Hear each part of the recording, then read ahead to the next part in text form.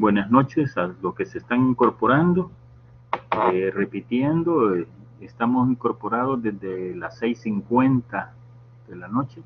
Vamos a esperar 3 minutitos para continuar la conversación y discusión de este tema interesante de este día, como son los diferentes modos de aprendizaje. Bienvenidos a todos y todas.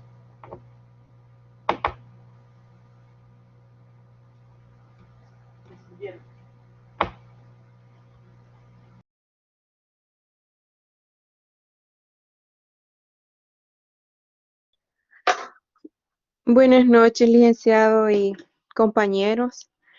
Me gustaría saber si en lo que inicia la clase podemos hacer una pregunta. Bueno, puedo resolver una duda que tenemos como equipo respecto a la tarea. ¿Sí? Y es que si podemos, si no hay problema, si el instrumento se lo aplicamos tanto a docentes del sector público como privado. No hay ningún problema en eso. Está bien la pregunta. Ahí hemos dado un espacio para hablar sobre la tarea en particular, pero no hay ningún problema. Lo más importante es que tienen que ser del mismo nivel para poder comprender que los enfoques de aprendizaje y modos de aprendizaje también se ven influenciados por niveles educativos y desarrollo psicológico. Entonces, no hay ningún problema. Ahora, la diferencia ahí sería de que tendrían información de cómo se trabajan los enfoques de aprendizaje en sector privado y cómo se trabaja el enfoque de aprendizaje en sector público.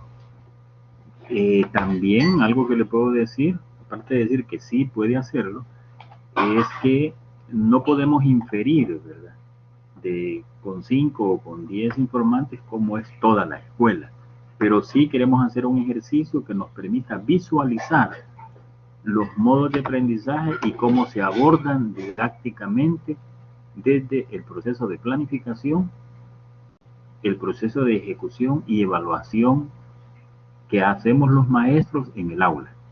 Pero sí, señorita, puede hacerlo sector público y sector privado, no hay ningún problema. De acuerdo, gracias. Queda a la orden.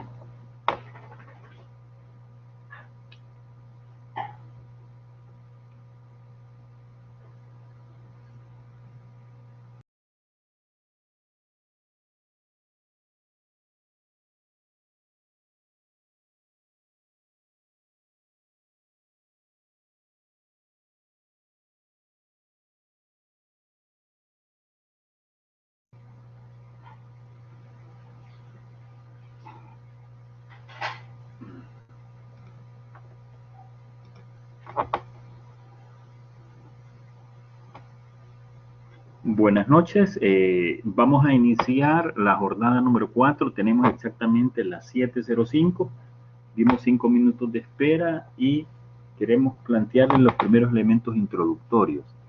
En primer lugar, queremos felicitar a todo el grupo sobre la actividad número 3, que fue entregada el domingo pasado, ya fue evaluada y entiendo que todos tienen sus notas. Lo que queremos decirle ahí, como algunas reflexiones de varios de ustedes, es que la pregunta número 1 detallaba todos los procedimientos que uno puede utilizar para hacer un proceso curricular a nivel de planes de estudio. Ahí se planteó claramente los ejes curriculares que se deben de tomar en cuenta, las líneas curriculares para hacer reflexiones de contenidos a niveles horizontales y verticales, y las líneas curriculares para ver lo relativo a las áreas de conocimiento. Eso fue la actividad número 3 que acabamos de terminar y le felicitamos a todos por el trabajo hecho. Era importante el eje básico que era lectura, por eso le llamamos control de lectura. Felicitamos a todos. El segundo punto que queremos considerar es la actividad número 4. Solo queremos mencionarle que ya revisamos los 11 foros el día de ayer, ya 5 grupos, interesante el avance, la organización que llevan, otros 4 grupos también interesantes, ya están organizados. Al día de ayer, 2 grupos no estaban todavía a las 6, 7 de la noche incorporados a su grupo de discusión vía foro. Recuerden que ahí queda la evidencia del trabajo que van haciendo, la colaboración que van haciendo, y hoy se van a dar cuenta que por qué los trabajos colaborativos son una riqueza en aprendizaje y son una riqueza en solidaridad en el aprendizaje constructivista. Eso queremos decir sobre la actividad 4. Ahora, este día, ¿qué vamos a abordar? Metodológicamente, siempre les queremos decir que es importante las preguntas, las aclaraciones, las dudas, para que hagamos un proceso interactivo de aprendizaje, donde no solo Mauricio conversa, explica, sino que también los participantes. Entonces, por favor, metodológicamente abordemos esa perspectiva de conversación y discusión. Otro elemento que quiero sumar es lo relativo a las lecturas que a esta fecha, estoy muy, pero muy seguro que el 90% de los participantes ya inició, y puedo asegurar que algunos hasta ya terminaron todas las lecturas. Es sumamente interesante para ustedes como docentes que ya están en la docencia o les interesa en la docencia, y sabemos que eso es una herramienta muy, pero muy importante para el día a día, ya sea en entornos virtuales o ya sea en entornos presenciales. Bien, este día la unidad habla de diferentes modos de aprendizaje. ¿Qué agenda vamos a trabajar? En primer lugar, como siempre, determinamos nuestro horizonte de análisis, es decir, nuestro norte de análisis. En otras palabras, ¿qué queremos fortalecer? Vamos a analizar los elementos de competencia. Eso me interesa, no el contenido propiamente, porque el contenido es un medio para que desarrollemos competencias técnicas y competencias actitudinales. El punto 1 de la agenda es análisis de los elementos. En segundo lugar, vamos a explicar a detalle, como lo decía hace unos minutos, el tipo de actividad de la semana. Vuelve la actividad colaborativa, vuelve el espacio colectivo de los foros y vuelve el trabajo en equipo. Tercero, vamos a hacer un análisis de las ideas fundamentales del contenido de la unidad de trabajo, que es aprendizaje. Fíjense bien, aprendizaje, aprendizaje, aprendizaje. Enfoque, modelos, investigadores, pedagogos, etc. Y como lo repito, esto es familiar para ustedes, porque esto tiene que ver con el trabajo del día a día que hacemos en nuestro ambiente laboral profesional. 4, vamos a cerrar siempre con preguntas de proceso y preguntas de cierre. Eso vamos a realizar. ¿De acuerdo? ¿Alguna duda de cómo vamos a trabajar? ¿Alguna interrogante? ¿O estamos claros?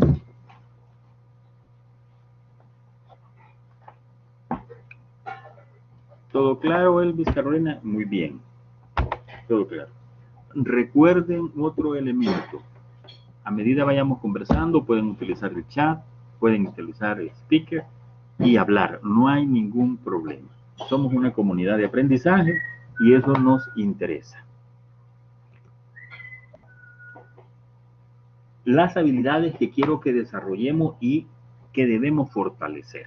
En primer lugar, necesitamos que todos y todas puedan identificar la importancia del modelo de aprendizaje centrado en el estudiante como punto fundamental para el desarrollo de competencias. Óigase bien, todos los maestros y las maestras que trabajan en cualquier nivel, que si centran al estudiante como el punto de desarrollo, están en el componente y elemento más importante para dirigir su proceso educativo.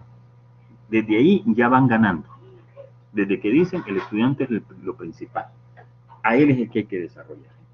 En segundo lugar, es importante que también los maestros en las escuelas, en los colegios, o nosotros, si trabajamos en escuelas, colegios, universidades, debemos de entender de ir tenemos que tener la habilidad de diferenciar los enfoques de aprendizaje centrado en el estudiante. Es decir, hay centrado en resultados, centrados en trabajos colaborativos, constructivistas, etc. Pero centrado en el estudiante. Entonces, implica que debemos de tener la capacidad de poder diferenciar esos elementos. Tercero, hay que explicar los niveles de asimilación del conocimiento y su relación con el procesamiento metodológico. Óigase bien, los estudiantes y los seres humanos aprendemos, pero hay niveles de aprendizaje vinculados a niveles de asimilación en profundidad y en amplitud. Es decir, todos aprendemos, pero unos aprenden más profundo, otros aprenden más superficial. Entonces debemos de entender que eso tiene que ver en parte con la forma de cómo trabajamos los maestros y en parte con la forma de cómo los participantes de un grupo estudian. Entonces ambos somos responsables, pero el responsable principal de aprender con mayores niveles de profundidad son ustedes los docentes. Es Mauricio Pacheco, en este caso particular, el docente, el responsable, porque manejamos enfoques de aprendizaje. Entonces, si vinculamos estas temáticas a nuestra vida laboral, a nuestra vida profesional, si ya estamos en la docencia, es importante entender que en nuestras manos camina un eje fundamental, que es el enfoque de aprendizaje que voy o estoy utilizando.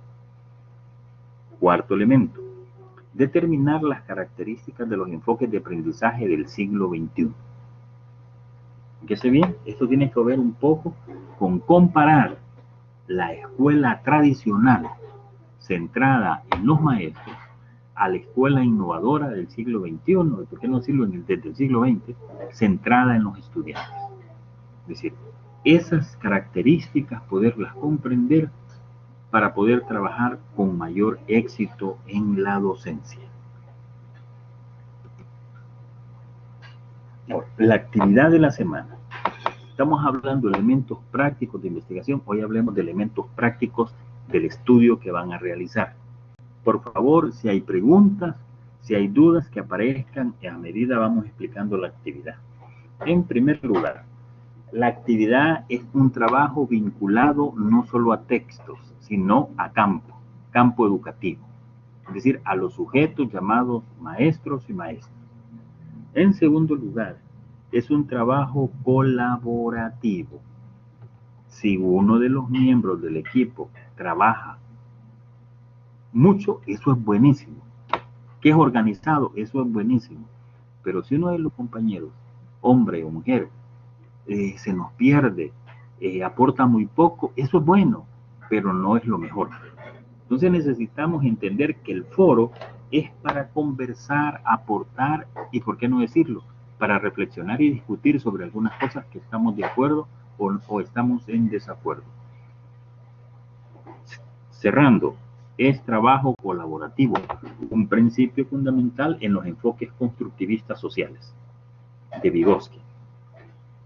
¿Qué van a hacer? Ya algunos ya lo hicieron. Van a diseñar en Google Form un instrumento de recolección de información sobre los enfoques de aprendizaje aplicados en un nivel educativo, apoyarse en el tutorial, etc. Algunos ya me preguntaron, ¿pueden ser de primer ciclo, segundo ciclo y tercer ciclo? Todos deben de ser de un solo ciclo. Otros me preguntaron, ¿cuántas preguntas debe tener el instrumento? El instrumento debe tener las preguntas que ustedes consideren convenientes, no deben pasar de 25 para que no se canse la gente a la que le estén preguntando. Y tercero, el tipo de pregunta. Ya me hicieron esas consultas vía WhatsApp, ya me hicieron esas consultas vía foro. El tipo de pregunta, podemos hacer dos tipos de preguntas. Primera explicación. Las preguntas evocativas y las preguntas reflexivas. ¿Qué quiero decir cuando digo preguntas evocativas? Son aquellas preguntas que evocan y llaman a respuesta, es decir, ellas solas se responden.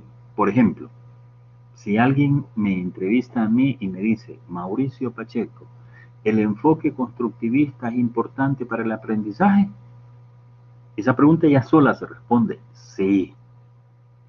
Pero si me hace una pregunta reflexiva y me dice, ¿cómo se debe hacer un procedimiento bajo un enfoque constructivista para que los estudiantes aprendan habilidades? Ahí ya me está retando mi capacidad cognitiva. Entonces, ustedes pueden hacer dos tipos de preguntas, las evocativas o las reflexivas. Sugiero preguntas reflexivas.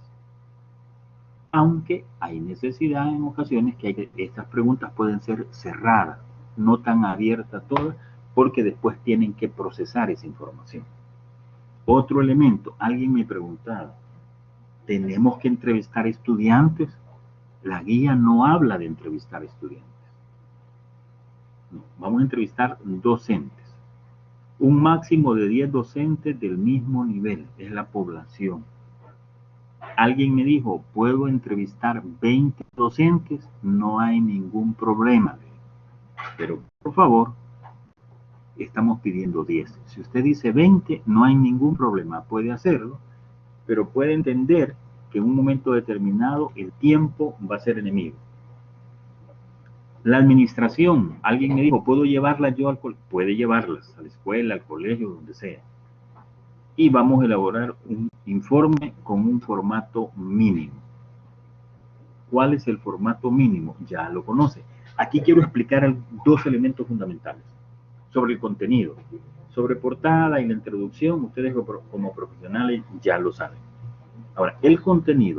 Lo primero que les estamos pidiendo es que nos expliquen un procedimiento del trabajo de campo y el tratamiento de la información que van a hacer. ¿Qué quiere decir ese punto? Ese punto es que nos digan cómo han diseñado el instrumento, en qué se han apoyado, cómo han coordinado con los docentes, si lo han pasado virtual, si lo han pasado en físico, cómo han procesado la información, cómo la han tabulado y cómo la van a analizar. Ese es el procedimiento que nos explique. Otro elemento, características del enfoque de aprendizaje empleado en la educación. Por un lado, aquí les estamos diciendo que según los datos obtenidos, no caractericen el enfoque de aprendizaje que ustedes observan o visualizan en los datos. Posiblemente ustedes pueden observar que la metodología que utilizan es fundamentalmente exposiciones, fundamentalmente evaluaciones sumativas, fundamentalmente ejercicios individuales. Eso les da un indicador, como ya hicieron lectura, de qué tipo de enfoque de aprendizaje es. Otro elemento, el perfil real del docente. Nos van a describir el perfil que denota las respuestas que nos dieron. Es decir, denotamos personal docente creativo, observamos personal docente reflexivo y retador de los estudiantes, les vemos capacidades de planificación según nos dicen, qué características del constructivismo conocen, o se fundamentan en enfoques expositivos, o se fundamentan en enfoques centrados en los maestros. Describen el tipo de docente que logran visualizar según la información. En segundo lugar, ¿cuál es el perfil real del estudiante? Este lo vamos a tener que inferir. Pues ya se ven, inferir. ¿Qué quiere decir inferir? Lo que quiere decir es que si yo observo que los 10 docentes están trabajando con una metodología o con un enfoque de aprendizaje constructivista social, que nos dicen que hacen diagnósticos iniciales, que hacen ejercicios colectivos, que hacen preguntas, que hacen respuestas, que hacen investigaciones, que hacen trabajo de campo, yo infiero entonces que los estudiantes que están con estos maestros son alumnos activos, son proactivos, que hacen investigaciones, que pueden hacer preguntas, que discuten, que resuelven casos, que hacen ejercicios, etc. En otras palabras, yo infiero de los resultados de cómo trabaja el maestro las consecuencias del tipo de estudiante real que forma. ¿Comprendemos esa idea? ¿Alguna duda? ¿Estamos bien? Pues pueden utilizar el chat o pueden utilizar Speaker. ¿Estamos bien? ¿Todo bien, Marvin? ¿Queda claro, maestro Edwin? ¿Todo bien, Digna? Ok, estamos bien. Seguimos.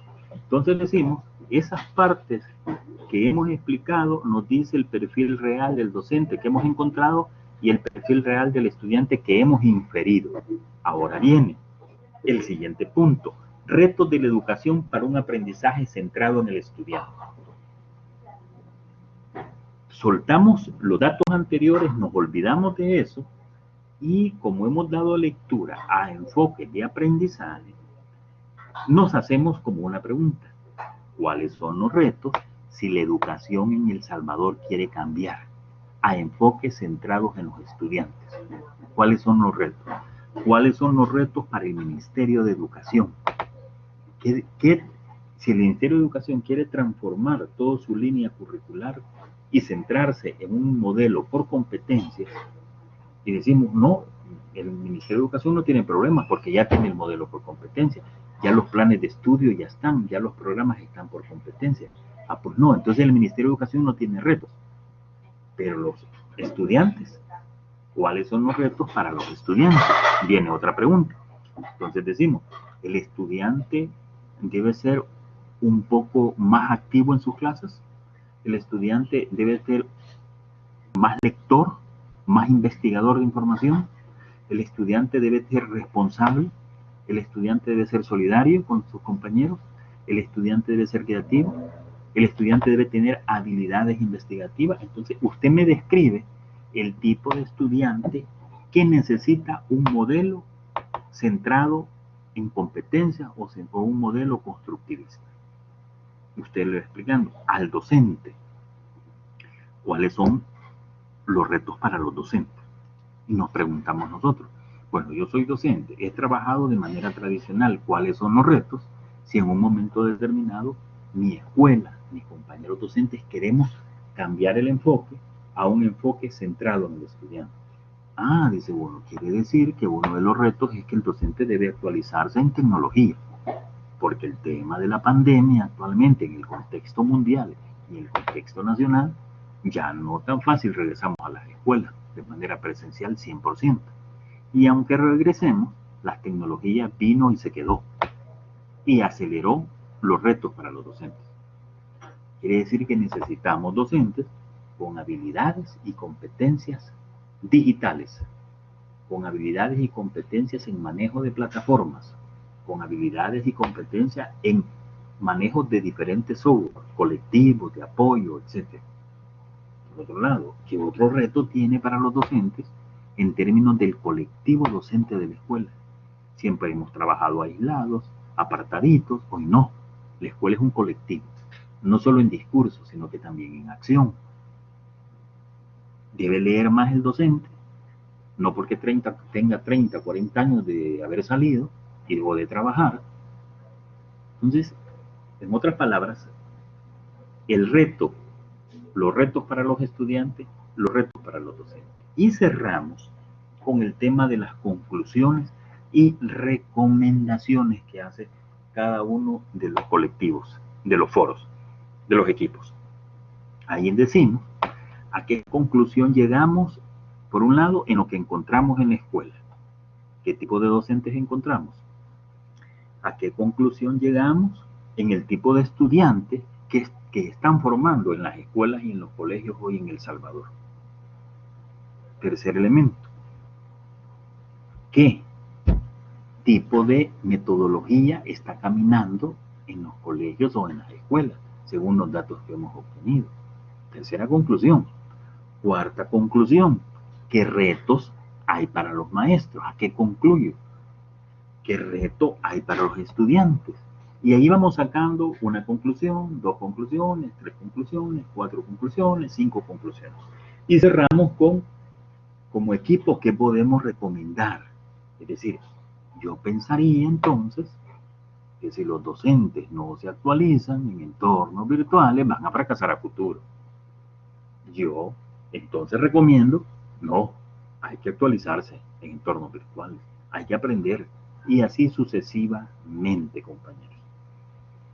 ¿Estamos más claros del tipo de actividad que nos viene? ¿En la que ya estamos? Marvin Rubio, ¿estamos claros?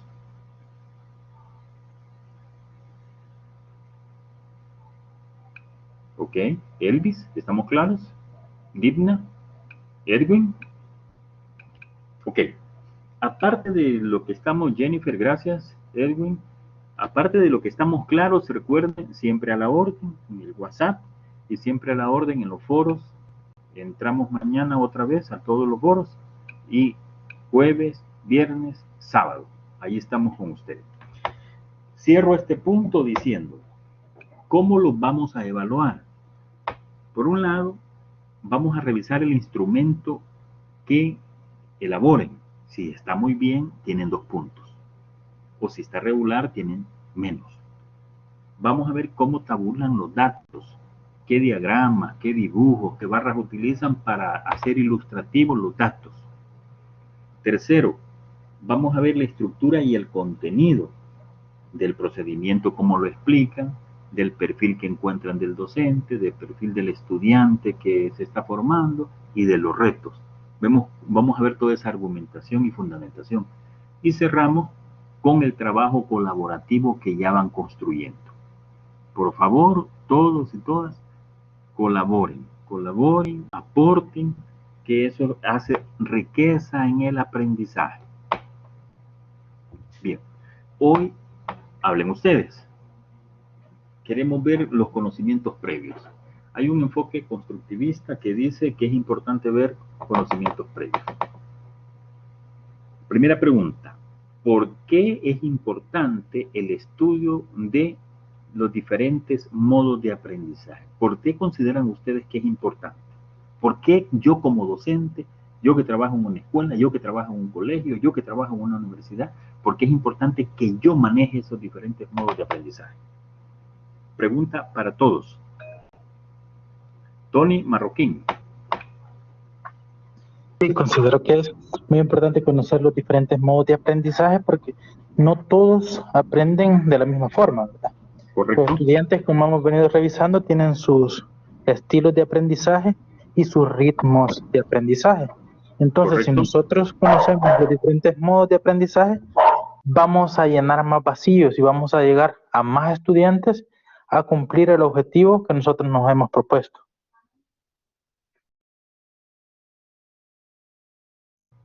¿Alguien más? Porque hay diferentes estilos y ritmos de aprendizaje diferentes. Gracias, Elvis Carolina. ¿Alguien más quiere hablar?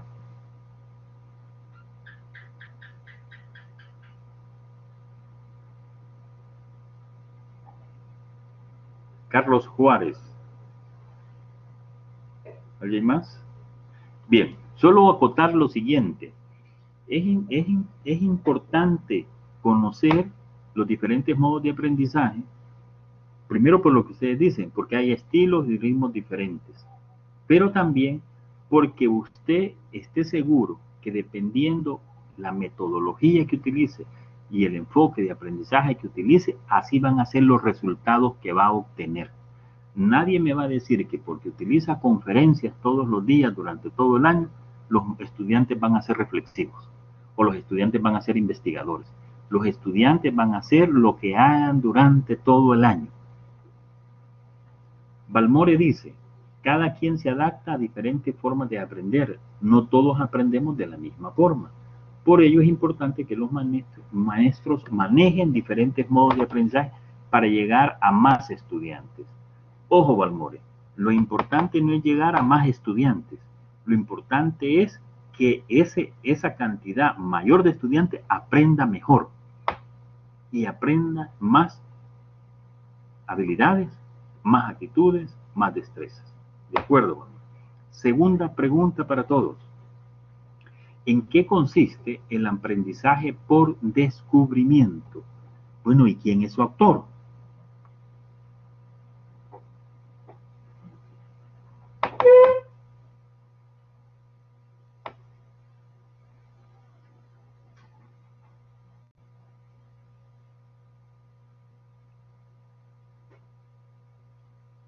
Sergio Alexis Guerrero, bienvenido. ¿Quién es el autor del aprendizaje por descubrimiento? En los foros les he oído que ya leyeron todos los documentos, entonces sabemos algo. Recuerden, conocimientos previos. Carlos Juárez. Le oímos.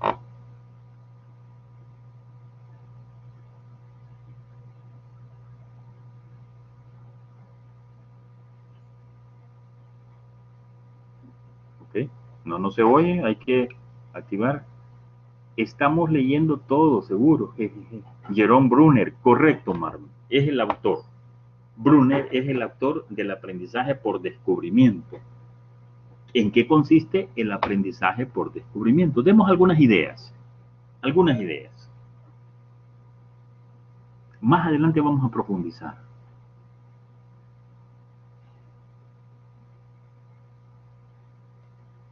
Elvis Carolina de Trejo, ¿su opinión?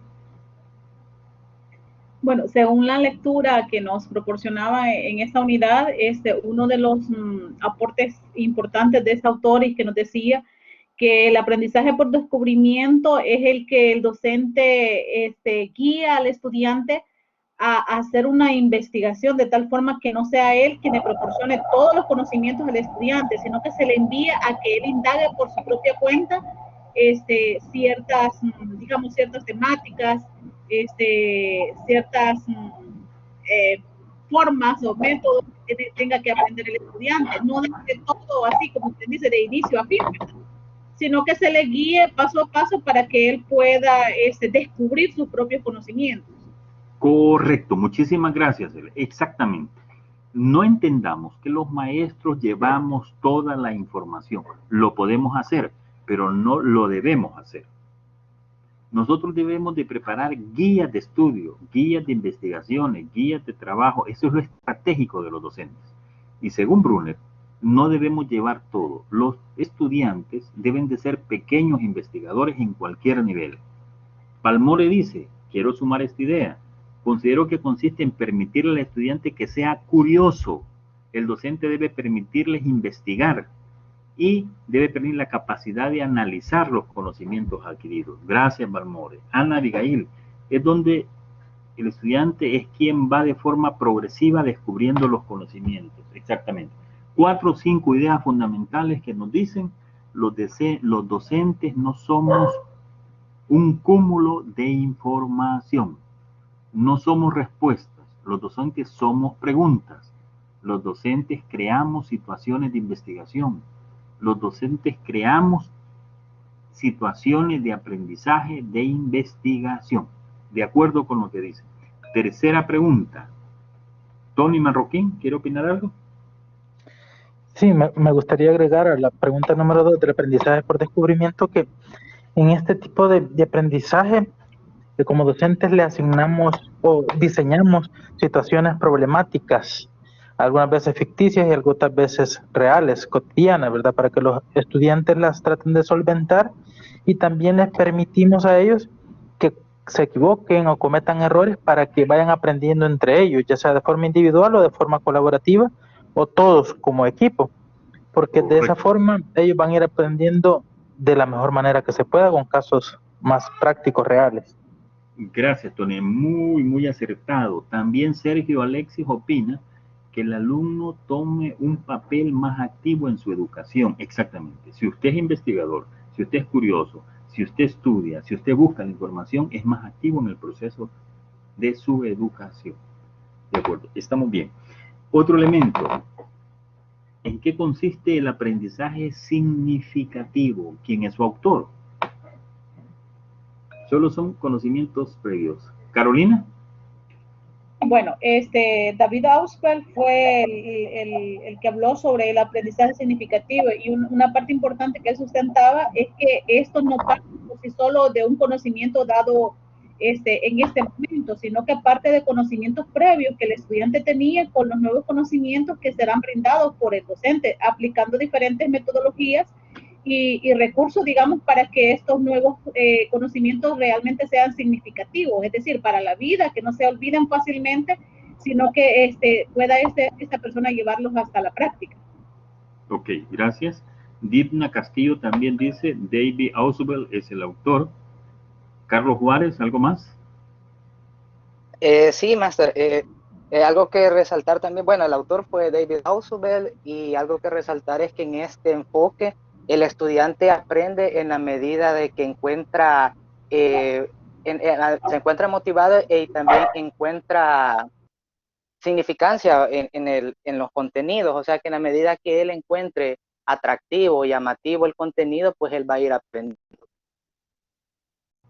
Muy de acuerdo. Ahora, solo quiero acotar lo siguiente. El concepto de significancia o el concepto significativo, por un lado, tiene que ver con la utilidad que nos puede prestar el contenido, con la utilidad y la práctica que hacemos de él, pero la significancia también está vinculada, que son significativos los conocimientos cuando yo puedo apropiarme de él y lo incorporo en mi estructura cognitiva. Es decir, aquello es importante, es significativo a tal grado que yo me apropio de él y en mi conocimiento logro un espacio y lo organizo y luego lo utilizo, lo voy utilizando. ¿De acuerdo? Quiero también sumar una idea que cuando hablamos de aprendizaje por descubrimiento, aprendizajes significativos, aprendizaje social, estamos hablando de todo el enfoque cognitivo del aprender. No estamos hablando del enfoque conductista del aprender, que ese es otro. Entonces estamos aquí centrándonos en los enfoques cognitivos y sus ramificaciones. Continuamos para cerrar los conocimientos previos. ¿En qué consiste el aprendizaje social? ¿Y quién es su autor? El aprendizaje social.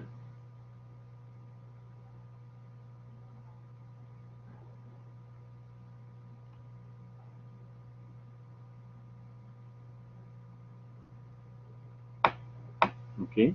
Elaboren su respuesta. Elaboren su aporte.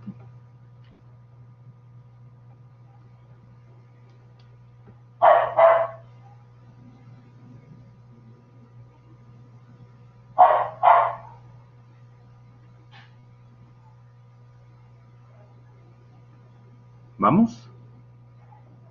Para ir cerrando.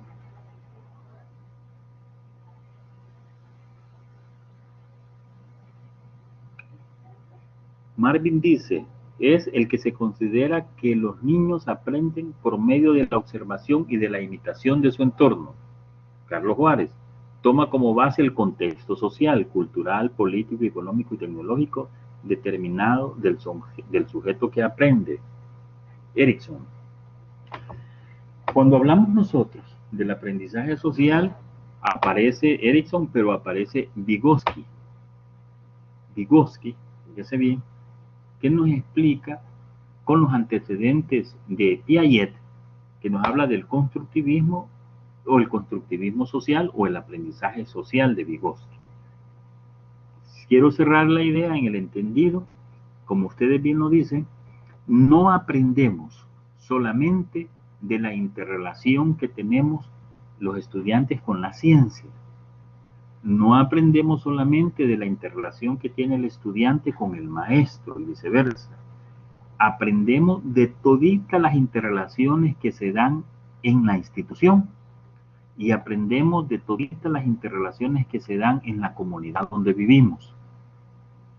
Entonces, como bien dicen ustedes, aprendemos de todo el contexto, aprendemos observando e imitando, Marvin, pero aprendemos más reconstruyendo nuestro conocimiento. Ojo con esas ideas. Cierro. ¿Qué es el aula abierta o el aula extendida? Dos ideas, tres ideas sobre eso. Lo que se les venga a la cabeza en este momento. El aula abierta. Yo debo tener un aula abierta y un aula extendida en mi trabajo. Como docentes en sus colegios, en sus escuelas, en sus universidades. ¿Qué nos quieren decir con esto? La idea que viene a la cabeza a ustedes en este momento.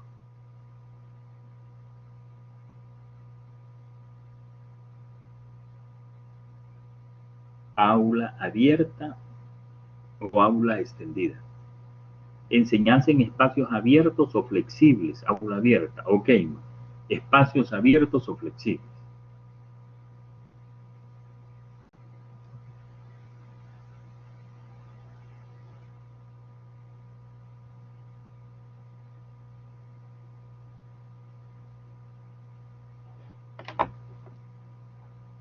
¿Alguien más?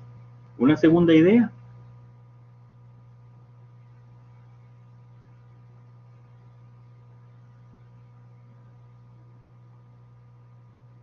Vía chat. Joven marroquín.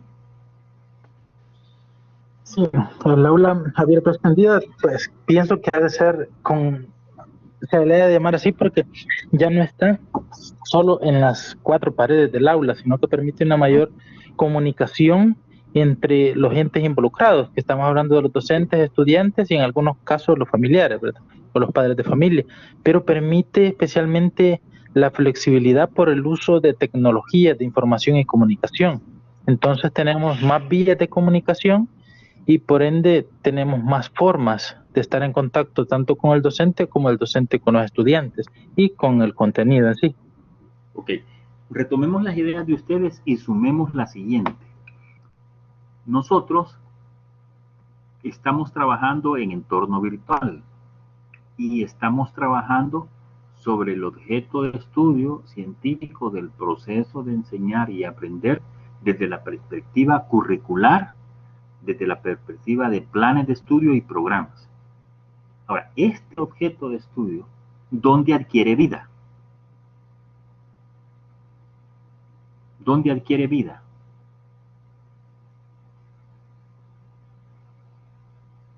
Adquiere vida en las escuelas, en los colegios, en las universidades. Allí se da el hecho. Entonces significa que si yo estoy trabajando en un entorno presencial o en un entorno virtual, debo abrir ese entorno y mandar a los estudiantes, a los participantes, a esos espacios sociales donde sucede el hecho real que estoy teorizando en el aula. Fíjese bien, la señorita Vanegas dice, es un acercamiento a las estrategias de enseñanza. De acuerdo, ¿dónde suceden las estrategias de enseñanza? ¿Dónde se aplican los programas? ¿Dónde sucede el currículo? ¿Dónde sucede el hecho educativo?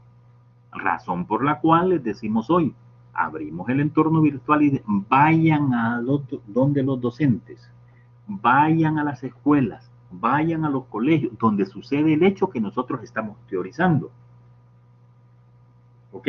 Porque bien podemos hacer unas cuantas preguntas y sacar una nota de ahí, pero no es así. Los enfoques educativos, hay uno que te dice abrí el aula y extendelo a la comunidad, pero específicamente donde sucede el hecho del cual estás hablando. Si estuviéramos hablando de una ingeniería, si estuviéramos hablando de una ingeniería mecánica, si estuviéramos hablando de aspectos de medicina, el escenario donde fuéramos es diferente. La escuela se abre a otro escenario. Entonces, recuerden lo siguiente, cuando estemos trabajando, si no lo estamos todavía en los escenarios, pero cuando estemos trabajando, usted debe abrir el aula y mandar a la gente a esos espacios para los cuales se está formando. ¿Por qué? Porque cuando nos graduemos, vamos a dejar los entornos virtuales, vamos a dejar la universidad y los vamos al hecho real. Pero para nosotros ya es familiar. ¿Por qué? Porque durante nuestro estudio, nuestras aulas fueron abiertas, fueron extendidas a los espacios. ¿De acuerdo? Bien, dejemos un poco las preguntas y abordemos un poco los modelos de aprendizaje. Hablemos el centrado en el estudiante, el centrado en el profesor y en el desempeño, que tiene que ver un poco centrado en el estudiante también. Por una parte, queremos decir que el aprendizaje centrado en los estudiantes significa una transformación de la manera tradicional de hacer posible la acción educativa. Se pasa al menos a la visión de la realidad próxima. ¿Qué queremos decir con esto? Tradicionalmente, nuestros procesos educativos han estado centrados en el docente, tradicionalmente. Entonces, hoy hay que hacer una transformación, futuros docentes o docentes actuales, en centrar en el esfuerzo en los estudiantes. Es necesario entonces transformaciones de los esquemas mentales de toda la comunidad. Fíjese bien, estudiantes, profesores, administración educativa y padres de familia. ¿Qué quiere decir esto? Por eso es que en las instituciones el famoso PEI, el famoso PCC, el PEA, tiene que ver con toda la comunidad. ¿Qué quiero decir con esto? Si queremos trabajar un modelo educativo centrado en los estudiantes tienen que estar dispuestos y saber a lo que van. Los maestros tienen que estar profesionalmente formados para dirigir. El director debe de acompañar ese esfuerzo. Los padres de familia deben acompañar ese esfuerzo. Toda la universidad o todo el colegio debe acompañar esa filosofía educativa. Primero, si seguimos pensando, los estudiantes aprenden importantes habilidades de comunicación y colaboración a través del trabajo de grupo. Y ustedes ya lo están viviendo. Yo leo los aportes que da cada uno de ustedes y digo, qué interesante esa actitud, qué seria, qué exigente, qué tranquila, qué cómoda, pero cómo aporta. Todo eso la comunicación escrita lo percibe uno. Otro elemento en los trabajos colaborativos, en los trabajos centrados en los estudiantes, es que los estudiantes aprenden a dirigir su propio aprendizaje. Pueden hacer preguntas, pueden completar tareas de forma independiente. No necesitan a los docentes el 100%. Nosotros aparecemos monitoreando, nosotros aparecemos supervisando, pero ustedes van decidiendo su propio camino. Cuando se deja este ritmo, los estudiantes son más activos e interesados en su propio aprendizaje y interactúan de mejor manera con sus compañeros. Ahora, el enfoque constructivista es un enfoque de aprendizaje. Este enfoque sostiene que este proceso es constructivo y que es interno de quien aprende. Es una acción autoestructurante. Veamos esta idea. En un primer momento, Piaget plantea que los estudiantes y que el ser humano en general construye su propio aprendizaje. Alguien decía, somos ingenieros de nuestro propio aprendizaje. Entendiendo el aprendizaje como aquel conjunto de conocimientos, hábitos, habilidades, destrezas, actitudes que usted viene introduciendo, asimilizando a través del tiempo. Y va construyendo lo que nosotros, los psicólogos dicen, estructuras cognitivas. Y también los pedagogos decimos estructuras cognitivas, esquemas mentales. Aparte de eso, decimos también que usted reconstruye todos los días. Pero viene una persona y dice que usted no reconstruye solo, sino que reconstruye en comunidad. Y aparecen las primeras ideas. Dicen que para que el aprendizaje se lleve a cabo, entra en acción la mediación, comprendida esta como la interacción que se tiene entre pares. Fíjese bien, en el proceso de construcción con quienes interactuamos, los estudiantes y los maestros, interactuamos entre nosotros. Entre nosotros aprendemos. Pero cuando a usted se le dice, vaya a entrevistar a alguien, pásenme una encuesta a alguien, lo mandamos a otro tipo de interacción. Y eso le va a generar aprendizaje, aparte que le va a generar más información. Significa que los estudiantes, los maestros, tenemos dos herramientas fundamentales. Nuestra comunicación oral, escrita y simbólica. Tenemos que explotarla. Y un segundo elemento, los esquemas mentales ya definidos con sus elementos. Óigase bien, a los estudiantes entonces hay que hacerlos hablar. Cuando yo digo y les hago preguntas y les hago interrogantes y los pongo en situaciones de debate, la idea es retarlos a que puedan elaborar respuestas, a que puedan elaborar preguntas. ¿Por qué?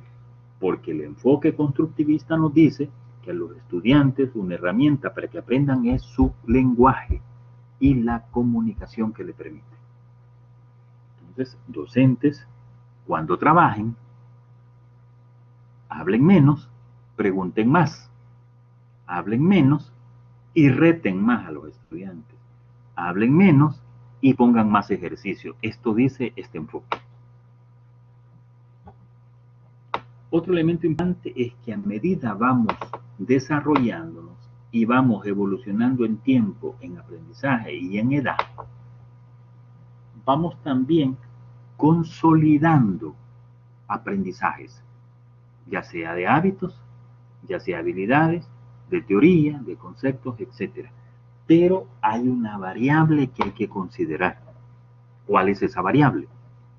Dependiendo las experiencias de aprendizaje que vayamos teniendo en el sistema educativo nacional, eso te va garantizando, fíjese bien, la calidad de ese aprendizaje. Por eso yo digo y afirmo, sobre la base de estudios, si nuestros docentes que hemos tenido a través de la historia fueron exigentes, ordenadamente hablando, fueron retadores con respeto y dignidad del trato a los estudiantes, si nos ponían ejercicios difíciles, no digo preguntas difíciles de examen, sino ejercicios, eso permitió que fuéramos consolidando de mejor manera. Pero si tuvimos docentes en cualquier nivel que nunca nos retaron, que todo era fiesta, que lo que menos hacíamos era trabajo, tuvimos una mala suerte. Tuvimos una mala suerte. Entonces, cuando nosotros trabajemos, compañeros y compañeras, seamos exigentes, pongámosles ejercicios, retémoslos, que hablen, porque este enfoque nos dice que así se aprende. Y se aprende en comunidad, se aprende en discusiones. Entonces los estudiantes en esos foros conversen, discutan. Porque estamos en entornos virtuales. Cuarto elemento, la motivación personal.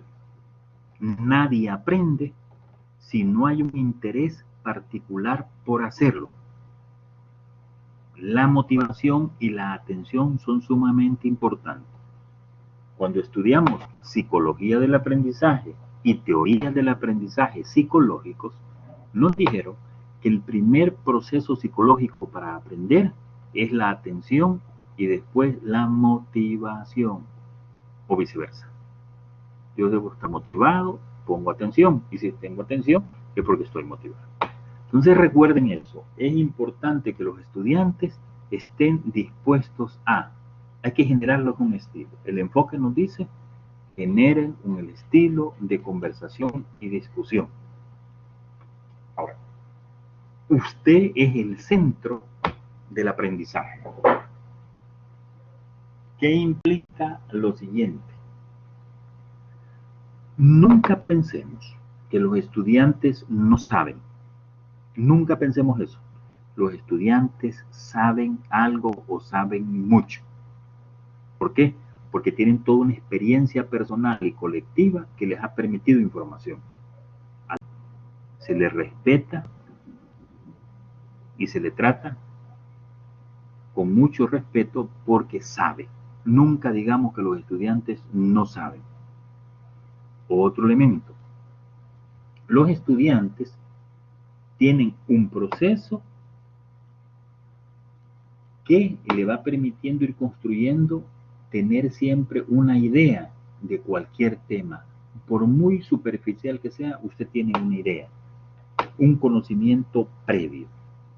Tercero, no olvide que el estudiante es el centro y debe interactuar para aprender.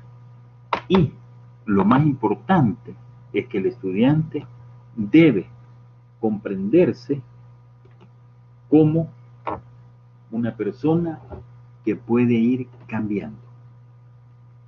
según este modelo constructivista centrado en el estudiante, nosotros los docentes, en nuestro proceso de planificación o mini currículo, tenemos que pensar cómo le vamos a preguntar, qué ejercicios le vamos a poner, qué videos, qué discusiones, etcétera. Esperando que utilice mucho su lenguaje y esperando que utilice mucho su proceso constructivo, que aprenda, que desaprenda, que aprenda, que desaprenda. Usted debe abrir el aula, dijimos, a aquellos escenarios específicos que tienen que ver con la naturaleza o el estudio de la carrera que está asesorando y que está guiando. El otro modelo del que hablamos era el modelo centrado en el docente. ¿Qué sabemos de ese modelo? Pregunta. ¿Qué sabemos del modelo del enfoque de aprendizaje centrado en el docente?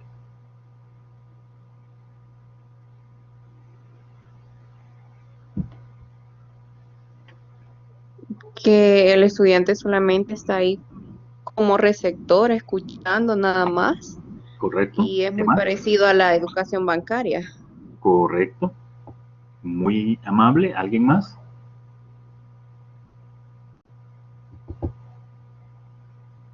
En un modelo centrado en el docente, ¿quién trabaja más? El docente.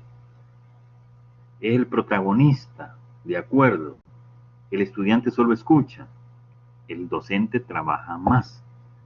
Si decimos que la actividad permite aprendizaje, ¿quién aprende más?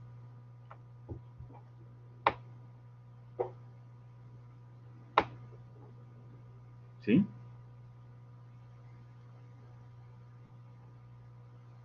El docente. Entonces, si vemos esto, no quiero decir, óigase bien, que los enfoques centrados en los docentes no sirven. Voy a utilizar esa expresión. Claro que son útiles, pero no deben de ser nuestro eje de aprendizaje y nuestro eje metodológico. No debe de ser. Debe ser un enfoque de aprendizaje complementario. ¿Por qué?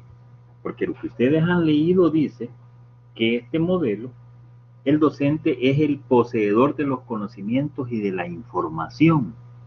Es decir, el modelo nos dice que cuando yo lo utilizo es porque yo pienso que yo soy el dueño de la información, yo la organizo como quiero, la traslado como quiero y decido que usted la aprenda como yo quiero. Y no es así. Otro elemento, el principal rol del docente no es crear retos, no es crear equipos, no es crear espacios de comunicación. La principal línea metodológica y el principal rol es transmisión de información. Ahí no nos preocupa preguntar, no nos preocupa saber si usted está aprendiendo, no nos preocupa aclarar mayores dudas. ¿Por qué? Porque yo estoy diciendo la verdad. Es decir, yo soy el que decido todo. El otro elemento, los estudiantes, ustedes ya lo dijeron, empiezan a aprender actitudes pasivas, lo que escuchan con mucha atención para grabar y se limita a contestar preguntas evocativas. ¿Fíjense bien? Preguntas evocativas. Significa que la utilidad de este enfoque debe ser o entre un 10 y un 30% en nuestras prácticas. Un 70% tiene que ser el otro enfoque, por sus bondades, por sus características.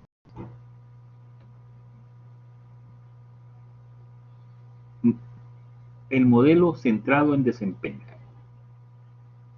Esto nos plantea que demanda la formación de los estudiantes preparándolos para que posean competencias. Aquí llegamos a los modelos de aprendizaje por competencias, es decir, a los currículos de aprendizaje por competencias.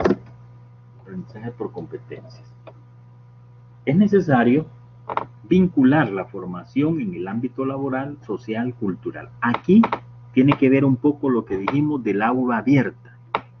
decir, porque hay que empezar a salir de la universidad y empezar a formar a la gente para el ambiente laboral, económico, cultural, donde va a ir a vivir.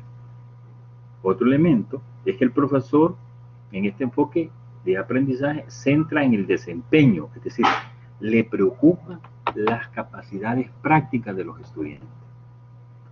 Eso metodológicamente lo lleva a crear experiencias de aprendizaje diferentes. Hay que llevarlo a la vida real, o por lo menos a simulaciones. Deben de ser actividades de aprendizaje centradas en el estudiante y deben ser efectuadas por él. Aquí llegamos a aquella idea de que el aprendizaje por desempeño rompe aquel proceso de la teoría conductista, que nos dice al final aprendió o no aprendió si logró los objetivos. En el enfoque centrado en el desempeño, es decir, el enfoque por competencias, empezamos a comprender que es un proceso de consolidación que va caminando. Es decir, las competencias no se adquieren de un día para otro. El desempeño no se adquiere de un día para otro. Usted cada día lo que va haciendo es que lo va reforzando, lo va consolidando día a día, semana a semana, hasta que lo logra en un 100%. Ese tipo de habilidades que está buscando o las actitudes que quiere ir mejorando. El aprendizaje entonces debe ser retomado como la formación de competencias para los estudiantes. Fíjese bien, aquí aprende aquel que tiene competencias técnicas, aprende aquel que tiene competencias actitudinales, aprende aquel, en otras palabras, el que puede hacer análisis, el que puede hacer síntesis, inducciones, deducción. Hay que hacer ejercicios para eso. El aprendizaje de Brunner. Ya mencionaron un poco estos elementos y estamos claros, como lo decían ustedes, compañeros, decían. El psicólogo y pedagogo Brunner explicaba, allá por el 60, la teoría del aprendizaje de índole constructivista, es decir, heurístico lo planteaban unos libros, por descubrimiento lo planteaban otros y se referían a lo mismo. Aquí tres ideas fundamentales. Primero, el aprendizaje por descubrimiento es un modelo diseñado para que el estudiante descubra. Bien lo dijo uno de ustedes, para que descubra, para que sea curioso, para que sea investigador. Descubre conceptos y adapta a su estructura cognitiva. Segundo elemento importante, una planificación que demanda del docente creatividad para identificar y plantear las bases para el desarrollo de acciones estudiantiles. Nosotros dijimos la vez pasada que la principal tarea de los docentes es lo previo a estas jornadas. Las jornadas estas son de conversación, de discusión, de aclaraciones, pero lo más importante es el planeamiento que usted hace. ¿Qué ejercicio les voy a poner? ¿Va a ser individual o va a ser en grupo? Van a investigar. Para investigar qué procedimiento deben de utilizar, qué técnica deben de utilizar, qué instrumento deben de utilizar, cómo quiero que sistematicen la información, qué formato les voy a pedir. Todo ese andamiaje tiene que ver un poco con la planificación docente. Hace 40 años, hace 50 años, nuestra preocupación era qué información le llevo a los estudiantes. Hoy no, si ustedes pueden entrar a Google o cualquier otro buscador y rápido encuentran la información. Bueno, no tan rápido, pero encuentran la información. Hoy hay que tener criterio para poder seleccionar información. Hay que tener fundamentos para poder seleccionar la información. Entonces aquí, reitero, uno, el estudiante debe ser curioso, debe ser creativo. Dos, el docente debe planificar las acciones para el desarrollo estudiantil. Y tres, la curiosidad hay que despertarla y mantenerla toda la vida estudiantil y laboral. Hay que ser curioso toda la vida.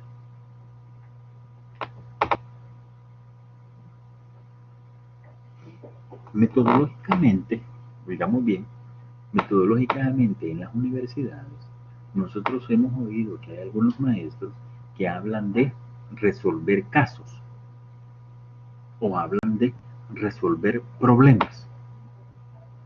Esto tiene que ver con este enfoque. ¿Por qué? Porque para resolver problemas o para resolver casos, yo debo de tener habilidades de análisis, habilidades de síntesis. Debo de tener habilidades para buscar información, habilidades para organizar la información.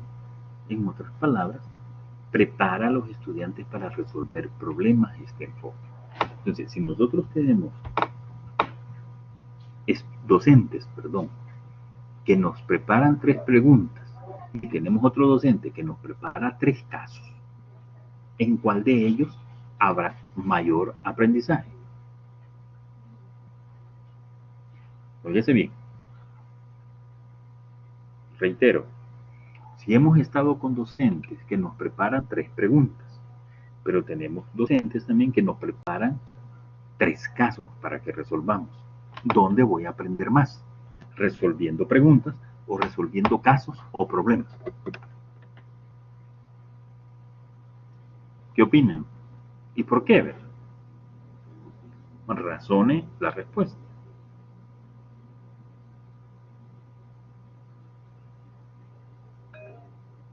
Tony Marroquín. Sí, y ahora que nosotros tenemos toda esta información que nos está compartiendo, más las otras asignaturas que hemos llevado, llegamos a la conclusión de que vamos a aprender más, o los estudiantes van a aprender más desarrollando casos, porque son como problemas prácticos donde vamos a poder aplicar conocimiento, y ese conocimiento va a tener la característica que puede llegar a ser significativo y nos va a permitir desarrollar nuestras competencias. Ok, gracias Tony, muy amable. ¿Alguien más? Óigase bien lo que dice Tony. Hoy entendemos, visualizando toda la información, que hay maestros que nos ponen, bueno, vamos a hacer un ejercicio y nos ponen 3 preguntas. Pero hay otros maestros que dicen, aquí hay 3 casos, más complicado, más de reto, más de información. Ahí aprendemos más. Y quien está trabajando así, estaba manejando este modelo por descubrimiento. Carolina Rodríguez, opinión. Yo pienso que viéndolo de 2 perspectivas, cuando uno como docente le plantea casos a un estudiante, como que hay un despertar de interés sobre investigar qué voy a solucionar, cómo lo voy a solucionar. Entonces se vuelve el estudiante un investigador, ¿verdad? Y ahí es donde se replantea aquel caso del autoaprendizaje. En cambio, cuando voy y solamente me plantean a mí como estudiante la resolución de 3 preguntas, las resuelvo las 3 y ya estuvo. Ahí quedó mi conocimiento, mi aprendizaje. No descubrí más que lo que me planteaban las preguntas. Exactamente. Sumemos algo más, sumemos algo más. Nosotros los docentes, cuando planteamos el caso, nos obliga a acompañar a los equipos. Es decir, a acompañarlos, a asesorarlos. Esa es la responsabilidad. Otro elemento, nos obliga a sugerirles posibles procedimientos, nos obliga a sugerirles posibles fuentes de información. Entonces se vuelve más complejo para el estudiante y se vuelve más complejo para el maestro, pero allí es más complejo el aprendizaje que vamos a tener. Es mucho mejor, es mucho más rico.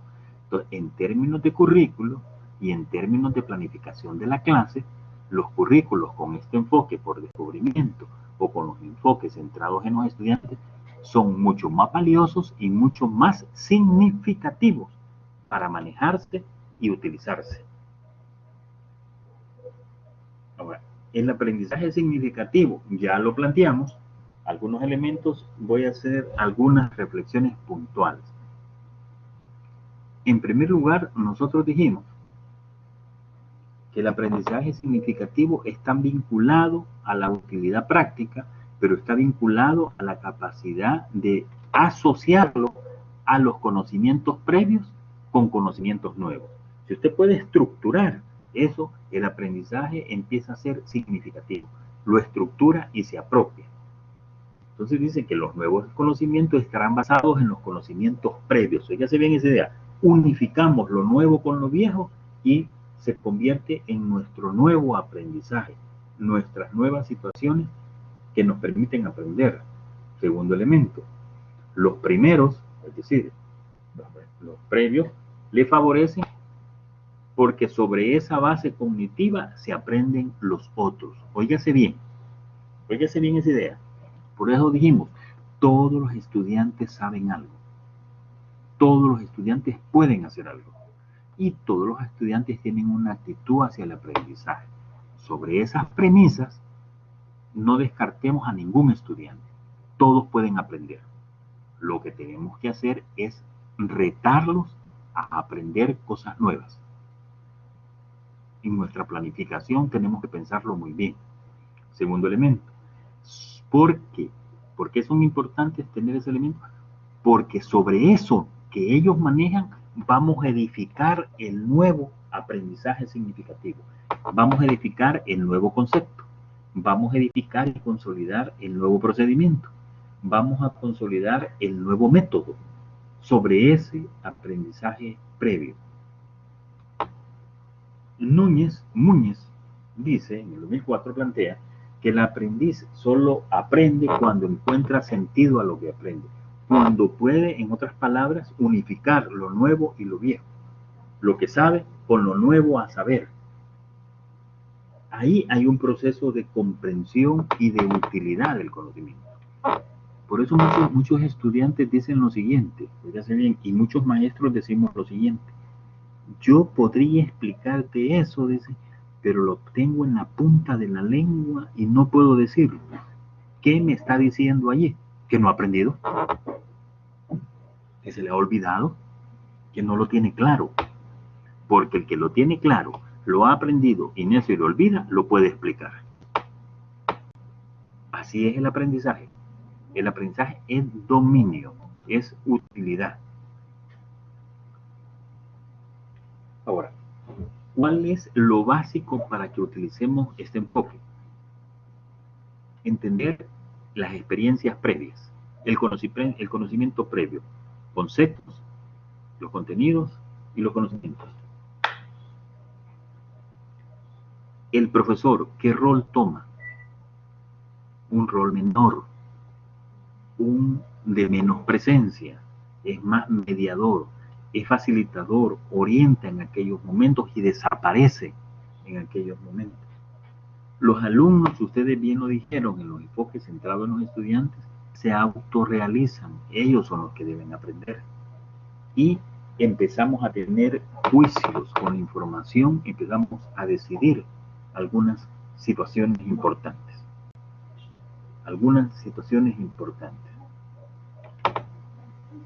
Sobre los casos, Balmores Vallejo dice lo siguiente: en los enfoques significativos que trabajamos casos, resolviendo casos, porque me da la oportunidad de analizar e interpretar la información y dar mi punto de vista o solución al caso. Fíjese bien, cuando usted analiza, interpreta y da puntos de vista y plantea sus soluciones, usted empieza a construir juicios críticos sobre las cosas.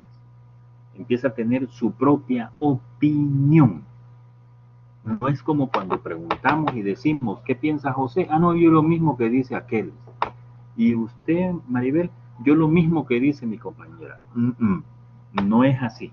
Cada quien debe saber expresar su propio juicio. Ahora, ¿cómo podemos llevar estos aprendizajes a los entornos virtuales, compañeros? Pregunta para todos, para buscar conocimientos previos. Empecemos a contextualizar la pregunta. En contexto de pandemia, en contexto de pospandemia, ir a las escuelas no es lo mejor. En segundo lugar, ir a las escuelas es un riesgo en salud para los docentes. Hoy decían que hay 22.500 docentes con enfermedades crónicas. Ya sabían ese riesgo. 22.500 docentes que el Instituto de Bienestar Magisterial dice que, y unas asociaciones dicen que tienen una o dos enfermedades crónicas. Significa que aquellos que trabajaban con enfoques significativos en orden presencial hoy deben de poder trasladar esos enfoques a entornos virtuales. Otro elemento para la pregunta. Si a corto plazo no vamos a ir a las escuelas, reta a los docentes entonces a tener nuevos conocimientos de entornos virtuales y nuevas habilidades digitales. Ahora, pero si yo quiero utilizar el aprendizaje significativo a los entornos virtuales, ¿cómo puedo hacer eso? ¿Qué piensan ustedes? Pregunta para todos. Abrimos foro.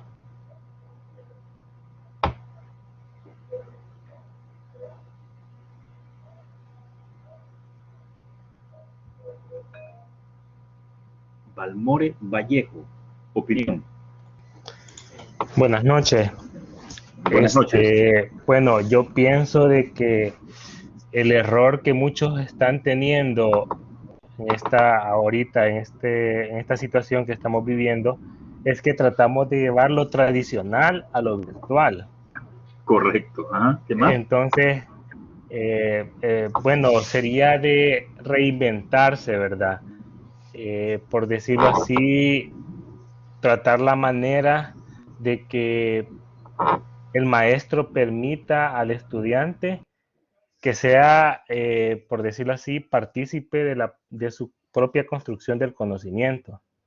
No solo que el maestro llegue a hablar, a presentar diapositivas, a leer, sino que debe de ser una clase más interactiva, a mi punto de vista. Correcto. Gracias, Balmore. Interesante. Rescatemos la idea. Los docentes creíamos que era hacer la misma clase presencial, nada más que hoy con una computadora, en una plataforma. Y nos dimos cuenta que no es así. ¿Otra idea? ¿Otro aporte? Tony, otro aporte. Sí, tomando en cuenta que como ya la mayoría de docentes pueden hacer las cosas de forma presencial, entonces hasta cierto punto esa forma sirve como base, sirve como una guía. Sí. Y si nosotros la tomamos como tal, no nos va a funcionar en línea, pero sí la podemos tomar de tal forma que readecuamos esa forma que teníamos a usarla utilizando tecnologías de la información y la comunicación. Por ejemplo, para indagar sobre los conocimientos previos, yo puedo diseñar un juego, donde yo a través del juego o interactividad le estoy solicitando al alumno que la desarrolle, y esa actividad va a tener un porcentaje que se va a calificar sola, por ejemplo, o un puntaje, y de ahí voy a determinar como un diagnóstico para tener los conocimientos previos. Luego de eso, pues será necesario desarrollar otras actividades donde yo voy a promover la investigación, ¿verdad?, de los estudiantes, pero a través de casos prácticos. ¿Cómo se los voy a plantear? Yo puedo utilizar videos, puedo utilizar guías, puedo utilizar juegos, otras interactividades, donde el estudiante tenga que ser curioso, indagar y complementarse con otros conocimientos que puedan estar en línea para resolver casos reales, porque recordemos que, como ya dijimos, los conocimientos previos, más lo que estamos viendo del nuevo conocimiento y la aplicabilidad de lo que yo tengo como estudiante y mi criterio, eso me va a permitir analizar y proponer soluciones. Sí, ok, gracias. Interesante, segundo elemento. ¿Otro aporte? Tercero. Quería dar mi aporte retomando un poquito lo que dijo Tony Balmore. No podemos nosotros pensar que vamos a ir, como decía Balmore, a llevar la forma tradicional en la que damos las clases en presencial y es la misma virtual. Ese es el primer punto, que lo comprendamos como docente. Lo segundo es que hay tomando todo lo que dijeron, más otras estrategias. Por ejemplo, si yo evaluaba de forma escrita, yo llevo a mis estudiantes a un nivel diferente, virtual, que es evaluar por medio de aplicaciones que le van a despertar el interés al estudiante y a la vez una forma creativa. Otra forma podría ser por medio de las experiencias. Por ejemplo, si en ciencia los niños o los jóvenes hacían experimentos, ¿por qué no usar la multimedia para que estos jóvenes hagan sus experimentos, pero aplicando el uso de multimedia? Me mandan videos, le enseñamos al estudiante, ahí estamos los de tecnología, ¿verdad? Que podemos capacitar tanto a estudiantes como a docentes a crear su canal de YouTube, a subir sus enlaces, sus videos, y que esto no sea una carga para el docente, no sea una carga para el estudiante, sino algo creativo, algo que le despierte ese interés, el que estamos buscando, ese aprendizaje significativo, ¿verdad? Correcto. Bien, ¿alguien más?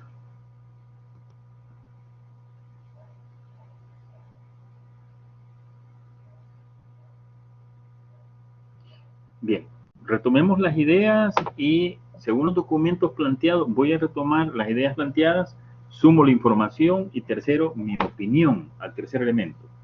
Según los documentos que estamos hablando en contexto de e-learning, oígase bien, o b-learning, estamos hablando que siempre es útil entender que el conocimiento previo ahí está y que hay que sumarlo a un conocimiento nuevo vía prácticas de resolución de situaciones de vida real. Es decir, hay que imaginarse cómo vinculo ese triángulo. En segundo lugar, debemos entender el trabajo colaborativo y están los foros. Están los foros para eso como herramienta. Si allá yo hacía trabajos de equipo de manera presencial, hoy debo entender que aquí están los foros.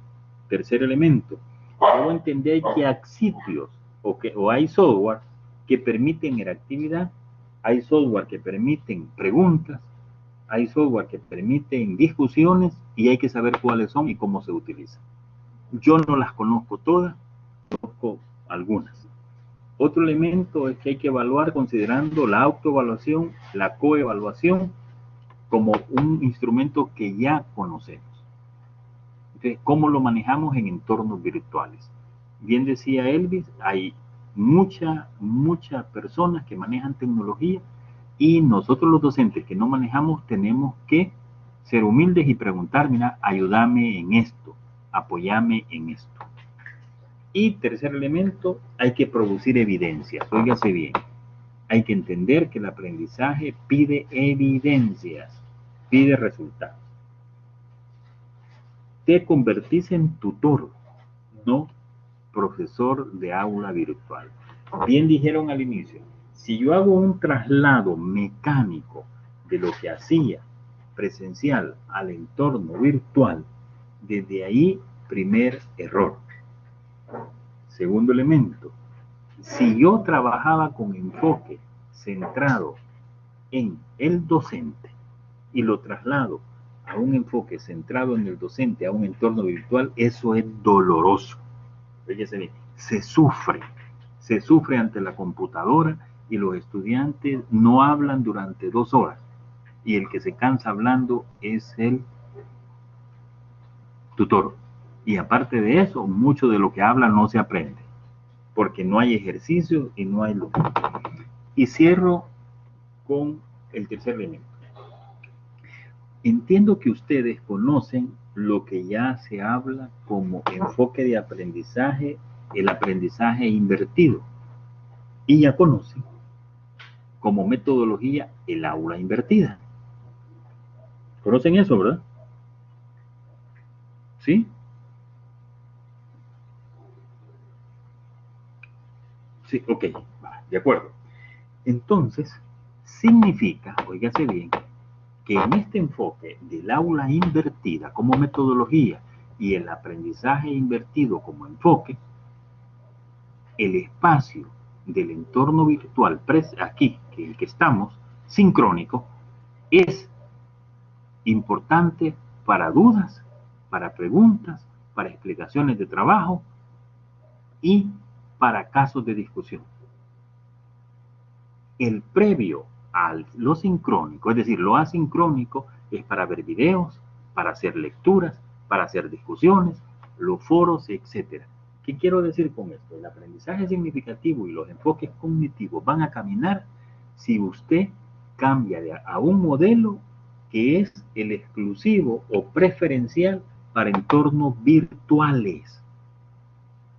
Ahora, si nosotros vemos y comparamos el aprendizaje en entornos virtuales con lo que está pasando en nuestra vida real, con los docentes, fíjense bien, a los docentes les dicen cómo trabajar, cómo ser usuarios de la plataforma Google Classroom.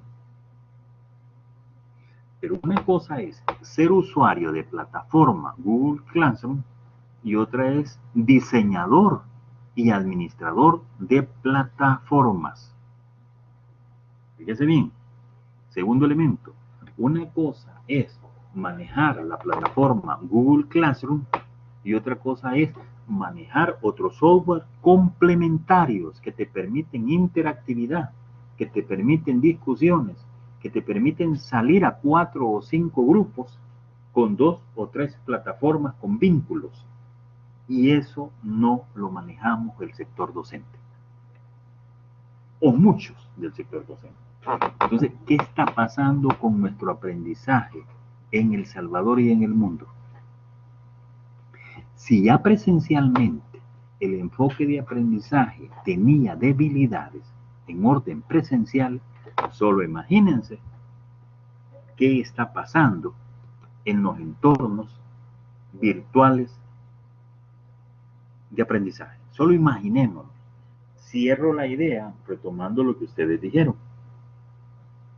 Alguien dice que vamos a perder 2 años de proceso de aprendizaje. Ya perdimos el año pasado y este es el segundo. No quiero decir que no vamos a aprender nada. Lo que quiero decir que lo que se pudo haber aprendido no se logró. Un estudio con gente que financiado por el Banco Mundial Mexicana planteó lo siguiente. Creo que ya se lo mencioné y se lo reitero. Tenemos estudiantes en la universidad que no estudiaron tercer año de bachillerato. No estudiaron, lo graduaron. Tenemos estudiantes en segundo grado o en primero que no llevan competencias lectoras y comprensivas y ya pasaron. Tenemos estudiantes que se graduaron de la universidad sin hacer en excelentes condiciones su último año académico. Tenemos estudiantes que pasaron a primer año de bachillerato sin hacer en buenas condiciones noveno grado. Imaginémonos lo que está pasando en nuestra escuela salvadoreña. Lo que está pasando. Y cierro la idea. Obligamos a nuestro sector docente a transitar de una educación presencial a una educación virtual de manera acelerada, rápida y sin interés. Estoy hablando de la mayoría. Imaginémonos lo que está pasando en nuestra escuela. Ahora, si vemos esto, desde el punto de vista curricular o mini curricular específicamente en términos didácticos, es un reto que nos espera a todos los docentes y los que ya estamos en él. ¿De acuerdo? Significa, volviendo, Carolina Rodríguez, ¿quería opinar algo? Sí, yo quería compartir algo referente a todo eso que está mencionando. Por lo menos conozco de experiencias cercanas, niños de segundo grado que no saben leer. Sí. Y junto a estos niños de segundo grado que no saben leer, padres de familias que no saben leer como para explicarle a este niño y enseñárselo a ellos mismos. Niños que están trabajando con guía. ¿Cómo un niño que no sabe leer va a entender la guía? Entonces es bien triste, como dice usted, lo que está pasando y desgraciadamente hay una mayoría que está pasando esa situación y pues no sé qué nos espera, pero ojalá que sea positivo lo que venga y que el Ministerio de Educación tome a bien, pienso que una capacitación masiva, primero para todos los maestros y luego también capacitar a los estudiantes también en cierta medida. Sí, y cierro la idea. Hemos obligado a los papás a que sean los tutores de sus hijos, sin tener el tiempo sin tener las competencias, pero sí la obligación y responsabilidad de padre para ser el tutor de ellos de manera presencial. Pues ya se bien todo lo que está pasando. Pero bien, volvamos a este punto, porque no queremos, estamos vinculando todo lo que nos está pasando y a nosotros los docentes lo que nos espera o en lo que ya estamos. Podemos decir entonces que este enfoque,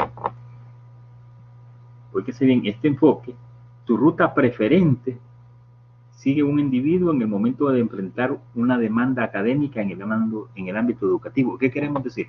Aquí es los docentes, óyase bien, hacemos retos al estudiante. Retemos al estudiante toda la vida, con problemas, con casos, con estructuras conceptuales, hasta con preguntas, pero retémoslo. No preguntas evocativas, sino que preguntas reflexivas. Segundo, la motivación del sujeto es sumamente importante. La motivación y estrategias didácticas, las centradas en los estudiantes. Y entender lo que ustedes dijeron al inicio. Hay muchos factores asociados al aprendizaje, desde los estilos y los ritmos de aprendizaje, hasta la cultura familiar, hasta los entornos virtuales, hasta la conectividad. Son factores que tienen que ver en esta situación. Y cerramos con lo siguiente. Óigase bien, cerramos con lo siguiente. Ustedes también han oído del aprendizaje profundo y el aprendizaje superficial como modelos para aprender. Entonces decimos, los docentes tenemos que definir estrategias que derivan de un enfoque de aprendizaje. Fíjense bien, acá, veamos, tenemos que tener estrategias. Observamos esto, estrategia en el centro. Sí, ok. La estrategia didáctica que usted maneja debe estar derivada de un enfoque de aprendizaje, es decir, yo trabajo con un enfoque centrado en el docente o trabajo con un enfoque centrado en el estudiante. Eso me da orientación al tipo de estrategia. Vuelvo acá. Si es un enfoque centrado en el docente, mi aprendizaje será superficial. ¿Por qué? Porque no voy a profundizar en conformar estructuras cognitivas. Pero si yo trabajo un enfoque de aprendizaje fundamentalmente centrado en el estudiante, el aprendizaje va a ser profundo. Entonces, aquí deriva una parte de la estrategia. Cuando decimos estrategias, la estrategia está vinculada al tipo de actividades. De un aprendizaje superficial deriva, aquí tengo un cachorrito que no me deja hablar. Bien, ya se cayó. Entonces decimos, el aprendizaje superficial deriva con actividades cognitivas, pero de orden inferior, superficiales también.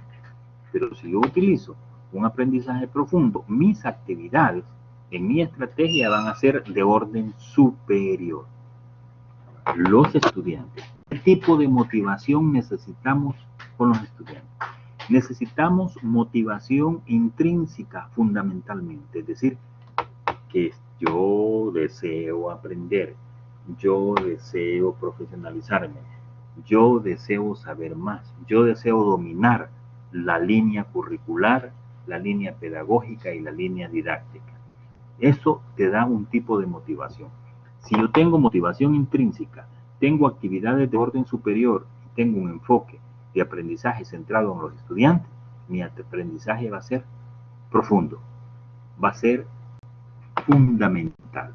Pero habemos docentes que nos vamos por una línea superficial, centrado en ellos, actividades que retan muy poco, y la motivación hay que estarla jalando, hay que estar forzando, hay que estar exigiendo, aunque siempre es necesaria, estar jalando la motivación de los estudiantes. Ahora, los niveles de asimilación del contenido están vinculados al enfoque profundo o al enfoque superficial de aprendizaje. Óigase bien, si yo utilizo un nivel de información reproductivo, estoy utilizando un nivel de información básico, mínimo. Si yo utilizo un nivel de trabajo productivo, estoy utilizando un nivel más profundo. Y finalmente el nivel creativo, que es el más importante. Esto lo encontramos en los documentos que ustedes ya están leyendo, ¿verdad? Ya están estudiando. Cierro la idea. Los niveles de asimilación del contenido van desde el básico reproductivo, el intermedio productivo y el más importante, el creativo. Nivel creativo. Bien, cierro aquí y abro el foro por algunas preguntas, ya sea de contenido o ya sea de la actividad a la que vamos. ¿Alguna pregunta?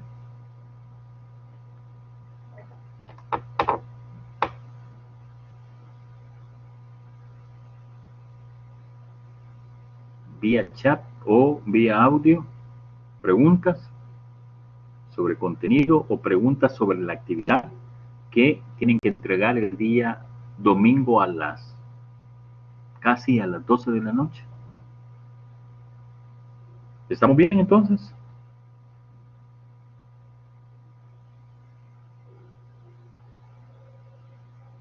¿Todo bien? ¿Todo claro, Dina? Elvis, sí. Glenda, ¿todo claro? Elvis, Carolina, ok, ¿estamos bien? ¿Alguien más? ¿Todo claro? Jennifer, Córdoba, ok. Marvin Rubio, Rosibel, ¿estamos bien? Valores, por el momento estamos bien, ok. Nos vemos en el foro, recuerden eso, mañana nos vemos en el foro. Vanega, todo bien, gracias. Jorge, la parte de los retos de la educación para el aprendizaje y los dos. Los retos, ok. Sobre los retos, estábamos diciéndole, Jorge, Alberto, que en ese apartado, lo explicamos al inicio, estábamos diciendo que si la escuela salvadoreña quiere cambiar totalmente a un enfoque por competencias, ¿cuáles son los retos para los docentes? ¿Qué tipo de docente y qué tipo de estudiante exige? Es decir, por ahí está la idea. Si tenemos un aprendizaje por competencia, los docentes tienen que manejar ese enfoque, tienen que manejar esa metodología, tienen que manejar ese sistema de evaluación. Entonces, por ahí va esa idea. Lo explicamos al inicio, ¿verdad? Bien, terminamos entonces. Pasen buenas noches, compañeros y compañeras. Nos vemos en el foro para la continuidad de la tarea, continuidad de preguntas y respuestas que queden pendientes. Buenas noches a todos y todas. Bendiciones a todos.